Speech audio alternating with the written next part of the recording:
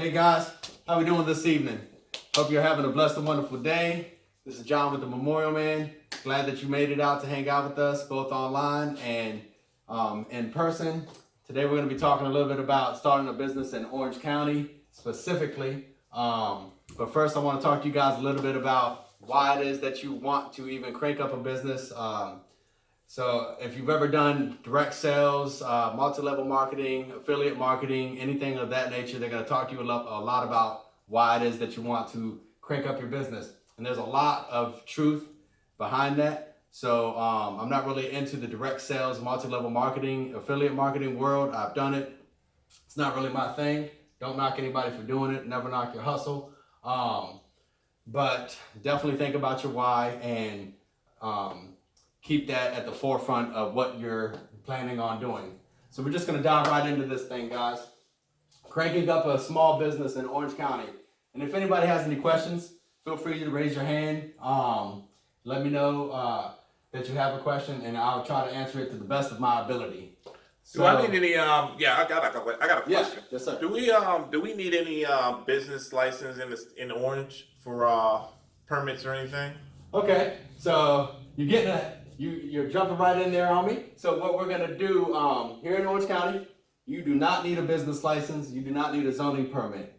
However, if you plan on doing any kind of work outside of the county, service work especially, you're going to want to look at the local regulations for that county as to whether they're going to have any kind of permits or zone licensing requirements for that actual location. Okay. Yes. Okay. And to expand a little bit on that, if you need to find out for that specific location, you can go to the DPOR website, Virginia Department of Occupational Regulations, and they should have some information for you or put you in touch with the person that can help you. So in order to get yourself a business started up, you need to have a concept. Your concept being what your business is going to be about. If you don't have a concept that you thought about already, then what I would suggest is that you start with your gift. Your gift being the thing that you do the best with the least amount of effort. And that gift can be anything from communications to painting, drawing, to selling cars, to baking pies. Quick story about baking pies. If you go to any grocery store, locally and nationally for that matter, and go to the frozen food section, you're going to see Marie Callender's pies and TV dinners. Marie Callender got her start baking pies at a restaurant that was going out of business. And her pies are what brought that business back to life and gave her her start in her business enterprise. So let that resonate with you, let that marinate, and just understand that there's no platform too small to get started. So once you have your concept in mind, you're going to come up with a strategy to implement that concept.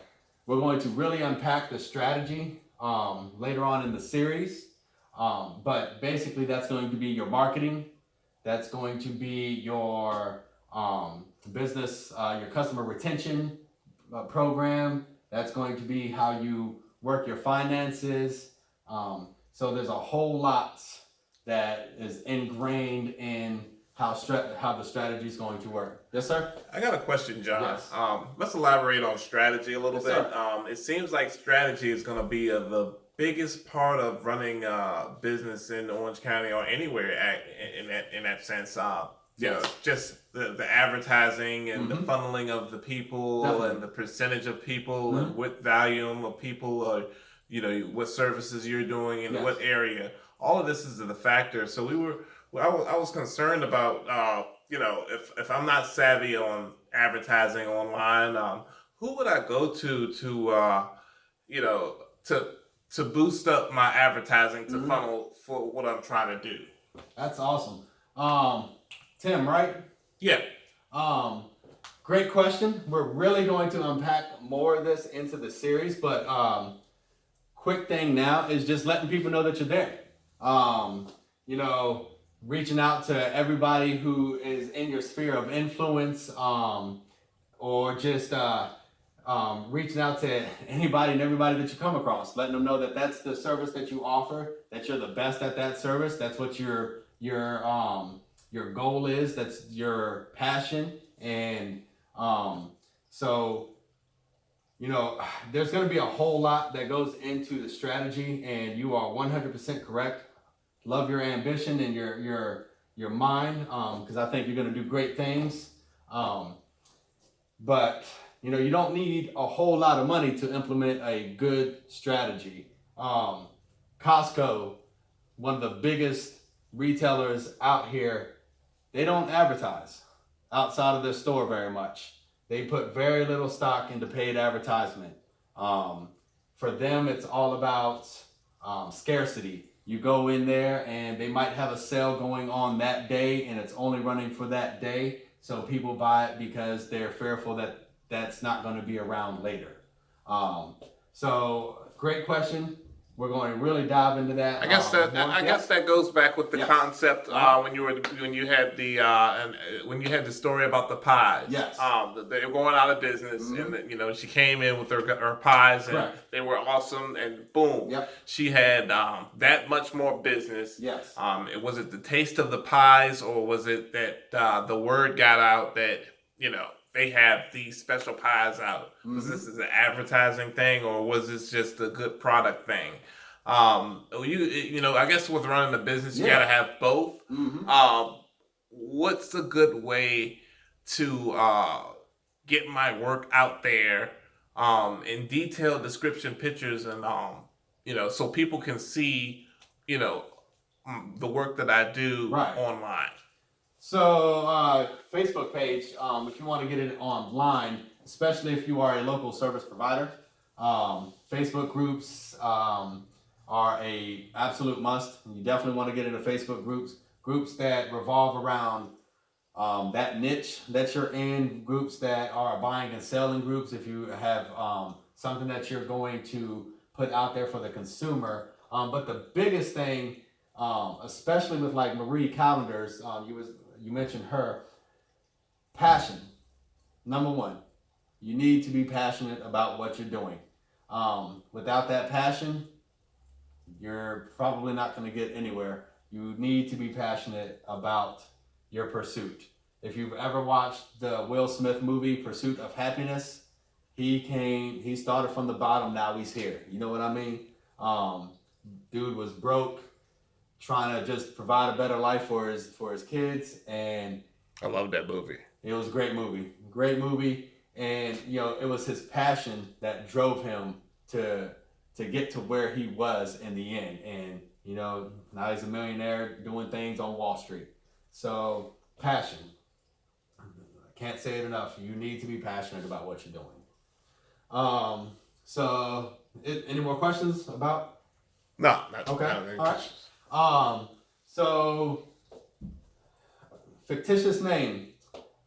That's just how the state's going to recognize your business. That is your business ID. It's only going to cost you $10.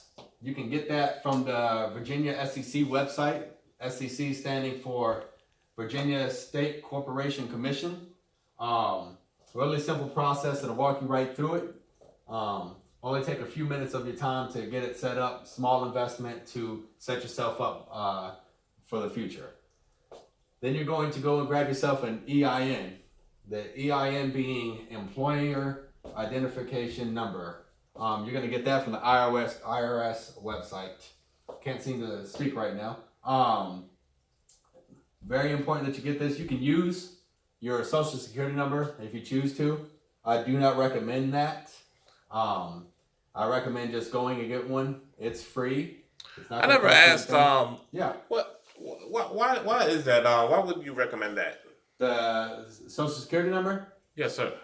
Because it's just an easier way to have your identity stolen.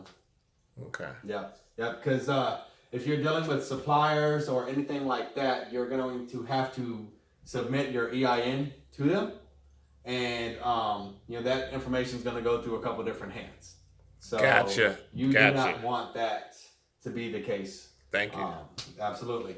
So grab yourself an EIN. Quick side note with the EIN. Crank up as many businesses as you want to. You're only going to get one EIN.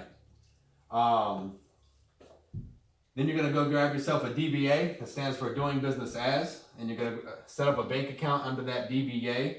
It can match your fictitious name, doesn't necessarily have to. If you want to do like an enterprise company, you would have your fictitious name set as the enterprise, and then you would have different businesses under the different DBAs. So with my name being John Howard, suppose I wanted to have a bunch of different companies under the Howard corporate umbrella. So it would be Howard Enterprises with several different DBAs underneath. If you're familiar with companies like Matthews International or any kind of fishing company such as like Quantum or something like that, they own a bunch of different companies that do the same thing but sell it under different brands.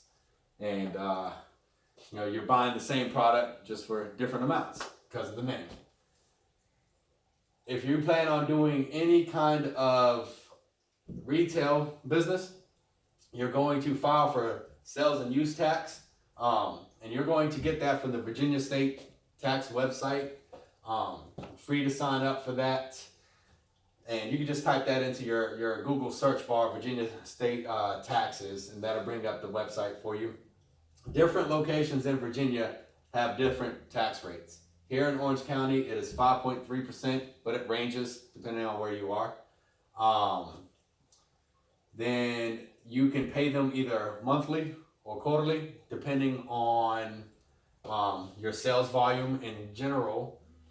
If you pay them monthly, you're going to pay them on the 20th of every month. I underline this because you need to pay them if you pay them monthly by the 20th of every month, or you will be charged for that. If you are selling online and you're using an online facilitator, yes. Let's talk about that.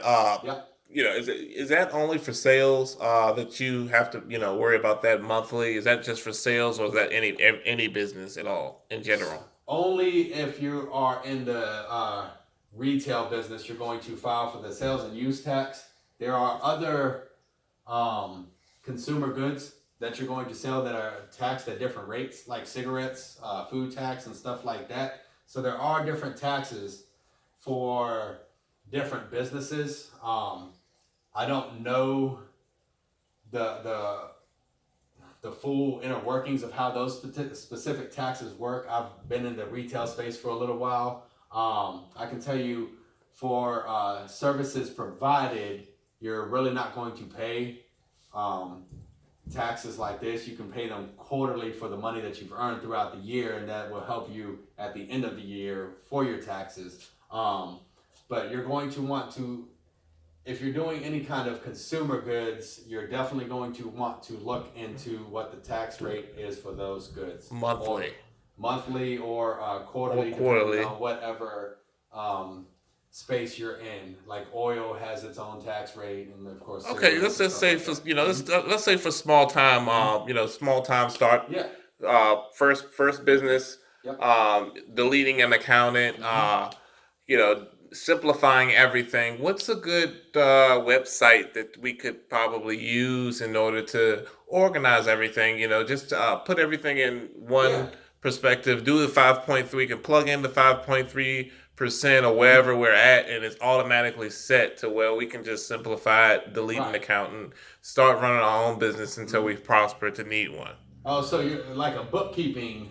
So like a bookkeeping, something that we can turn in basically to keep all of the data we can turn into the IRS. Say if if we are in sales, and we decide to do something in sales, and we want to do it monthly, we have to turn it in on the 20th of every month.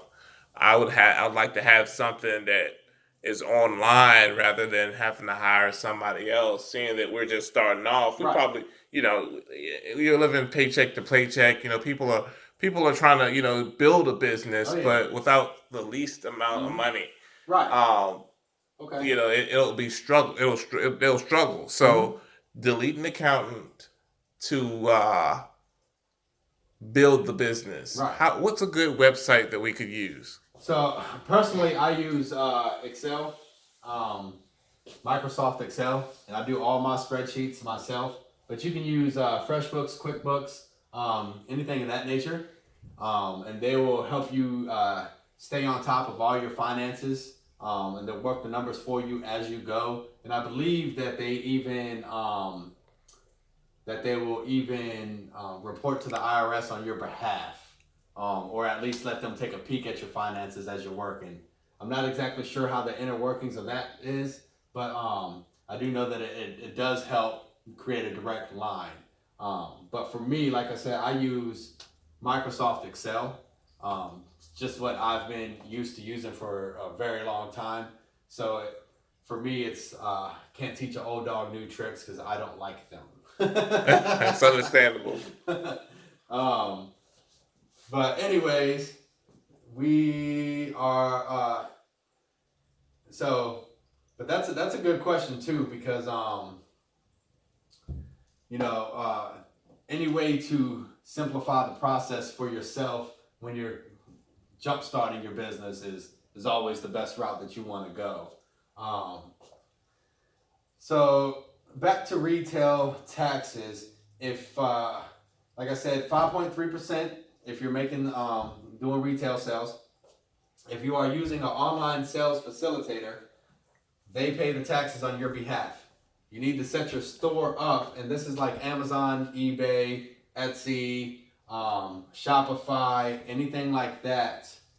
If you are using their payment gateway, they are going to pay the taxes on your behalf. They're going to collect them and they're going to pay them for each state as well. Just make sure when you set up your online store that you do have it set up to recognize state taxes per location. And most of them they're pretty simple to turn on. I know for like Etsy, it's just a click of a button and boom, your taxes are on. So yeah, guys, this is pretty much it. How you're going to get ready to get started and crank up that business and move forward and get a jump start in your life and your business. Do we have any more questions before we wrap it up? Oh, that's it. All righty. Well, it was a pleasure hanging out with you guys this evening. I hope this helps some of y'all out. I hope you learned something here today. Like I said, as we get further into the series, we're going to unpack more of some of this stuff, business strategies, different business structures. Y'all have a good one, guys. Have a blessed night.